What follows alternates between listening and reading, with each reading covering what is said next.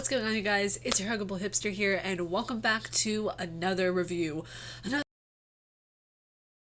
game has gone, another game is soon yet to come in the wonderful, mystical, magical world of reviews. Not trying to come after Anthony Padilla, okay? He has the wonderful world of whomever he's interviewing that day. I have the wonderful world of stuff. For today's review, we're actually going to be going into Remothered Broken Porcelain. I played that as soon as I stopped playing and I finished Remothered Tormented Fathers, which Remothered Tormented Fathers is now one of my favorite horror games.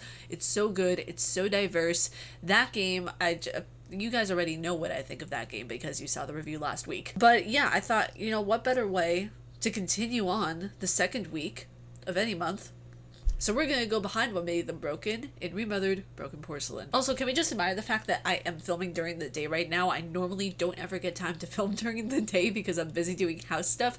But yeah, I thought I'd document this momentous occasion. We saw the veil being lifted, so to speak, the smoke and cleared from our vision. Now it's time to go back and see where it all started. In the continuation of the game, Remothered Tormented Fathers, Broken Porcelain brings back the pain, the torment, the memories of the past, and it's bringing back so many different particles and layers that we didn't even realize happened in the first game, but it was happening. So let's dive into the latest installment, and this game came out quite recently. It came out just last year. Let's look deeper into the corruption, the world that Celeste has been raised in, and the psychological abuse, medical misconduct, and familial chaos that unwinds at the story's hinges. So, one of the many Jennifers. It was a line at the end of the game that I will never forget. It was a book that was given to the interviewer. I'm not going to spoil too much because I was still leaving a little bit of air of mystery to the game through my reviews. Unless it needs to be spoiled, then that's just what it needs to be. But this is something that really captivated my attention, and this game, in my opinion, normally sequels don't do this, but I really feel like this one tied off the story quite beautifully. This game is both a sequel and a prequel that goes into the story of Celeste and the history of the Ashman Inn and its owner. Now, Celeste in this game is the Jennifer, because there are many Jennifers that Ashman kind of goes through and tries to figure out who the real one is. In the line of experiments and mistakes that came before the search for her, basically, and at the end we actually figure out that the interviewer who is interviewing the older woman who is Jennifer has his sister actually be accused of being one of the Jennifers. So it's a very intricate storyline that gets tied up very beautifully. Playing the second game right after the first one clears up a lot of information that was kind of lost in translation, so to speak, in the very first game, because I feel like the first game there was so much to it, there was so much meat, there was so much story that a lot of it was confusing and a lot of it didn't really get cleared up until I played the second one. Celeste is the Jennifer, you know, which sounds like a model of a new car. It's like, welcome in the new Jennifer. Well, Celeste is the new Jennifer that was being sought after there were many that died in her place that was mistaken for her. Now, to clarify, Celeste is the adopted daughter of Richard Felton, who was originally Jennifer Richardine Felton. Now, you may remember good old Richard Felton from the previous game, the man who tried to kill Rosemary Reed, and the man who was forced to become a boy by her father, and all of that chaos that happened, which was just horrible. Now, fast forward a little bit to where Celeste works at the Ashman Inn for insubordinate behavior, shall we say, at her previous girls' school.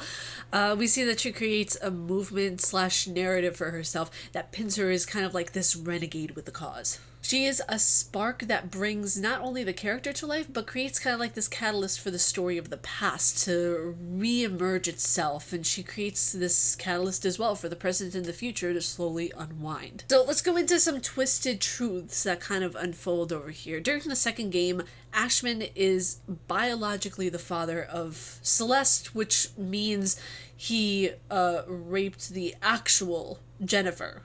It gets confusing, I know, bear with me here. Impregnated her, and Jennifer, who became Richard's actual daughter, Celeste. It's a psychologically twisted form of events that occur over here, okay? Just stay with me. Now, since Celeste was in the womb during the time that Jennifer was undergoing hypnosis treatments and phenoxyl treatments. She has this, this rare, ability to control the Acronita moths without any side effects whatsoever. Now, I thought about this entire plot line, and it basically goes in order of, just to clear it up for you guys who are probably still going, huh? What's happening here? Ashman is the biological father of Celeste. Ashman forces himself onto Jennifer Richardine Felton during the time of when Jennifer was still a very young child. At the age of 15, she was probably impregnated because that was during the time, if I'm guessing correctly, all the hypnosis and phenoxyl treatments were happening. So that it gets to the point of where Richardine Felton is very young, but because of those treatments, it's made to look older, which actually it kind of holds somewhat of a truth, because a lot of medications can actually make you age faster, but you're still young, so they make you look older than you actually are. I hope that clears some of it up. I know for people who are just coming into like this game and everything like that, it may seem confusing and an overabundance of things at first, but trust me, it's very much worth it. You will get the hang of the plot line, you will get the hang of the storyline. At first I was like, okay, so this connects to this, and when everything clicked I was like, okay. Thought about this, how it could link to psychology in a sense, and every time we use our moth sense, we are technically having an out-of-body experience. Or disassociating from ourselves, considering the fact that her trauma could have caused her to have a slight case of dissociative identity disorder. It can go into different grades, because no dissociative identity disorder is the same in every person who has it. Richard Felton suffers from dissociative identity disorder as well. I don't know, and this is me showing my humility here, I don't know if dissociative identity disorder is genetic or not. There could be some genetic traits like schizophrenia. Schizophrenia is genetic, so it could hold some genetic traits like that, but I'm unsure. So, the fact that she may disassociate from time and time again within the game, that's just my interpretation, because I like putting psychology into these reviews, as you guys know. It could easily be. Could she have full-blown DID? I don't think so. Could she have a slight form of disassociation or a slight case of disassociation? It's quite possible. And that's currently, I think, what the moths are representing. Her kind of in that moment disassociating from the world.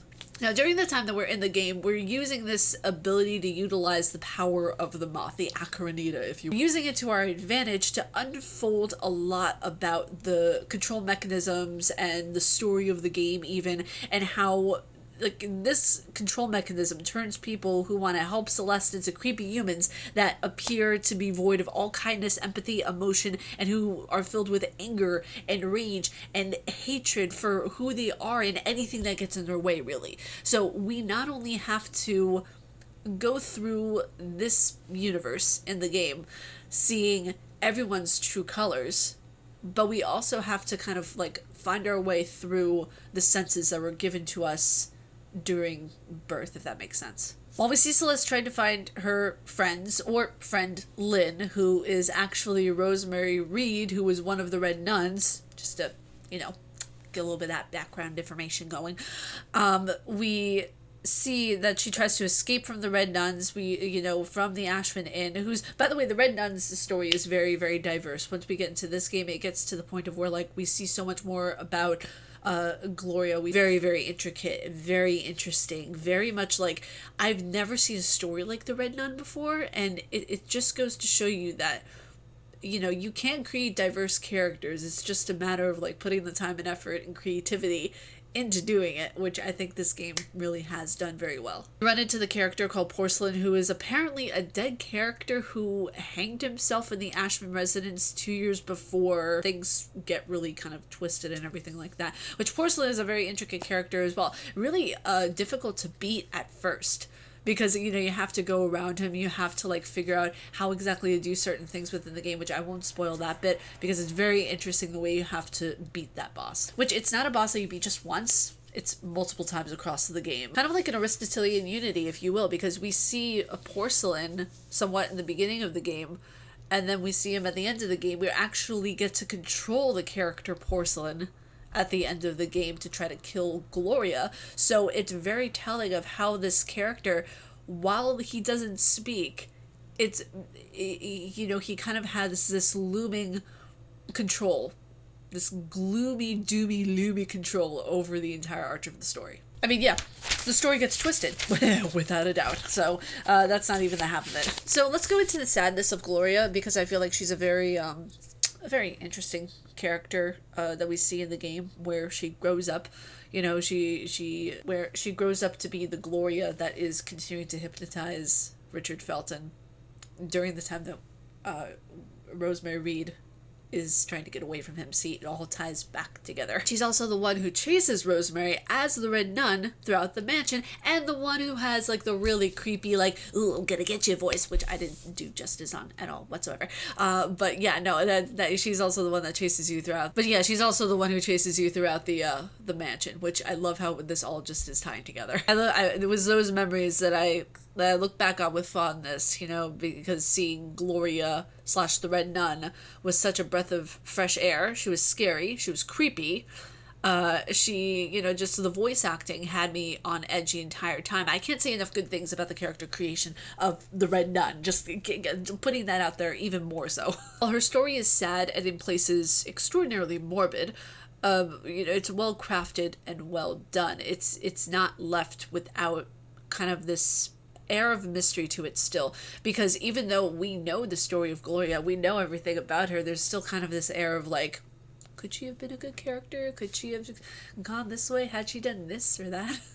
Being that Gloria and Rosemary were the only ones who survived in the end from the fire that Stefano started, it really solidified the final part of the first game for me, and why their connection is so close, and why kind of like this haze is over Rosemary's field of vision in her brain, so to speak, because she said she can't remember anything at the end of the first game, right? So, you know, finally, you know, all the pieces fit, and Gloria wasn't just this monster anymore. She was this little girl who just wanted to be seen. So the story had me hooked. However, the mechanics did not, and this game, unfortunately, had a lot of mechanical and kind of buggy issues. So the story of both Remothered, Tormented Fathers, and Broken Porcelain had me hooked in from the get-go with the concept, the storyline, the characters. When it came to the controls, it lacked desirability. So with this game in particular, it got a lot better, but there were still bugs I encountered and even multiple game crashes.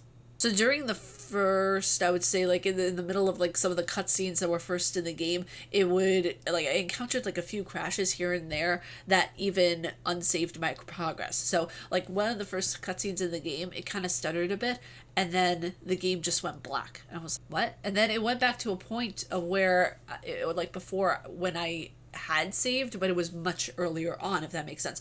So I was going back to a part I already played, and I was like, but I did this part.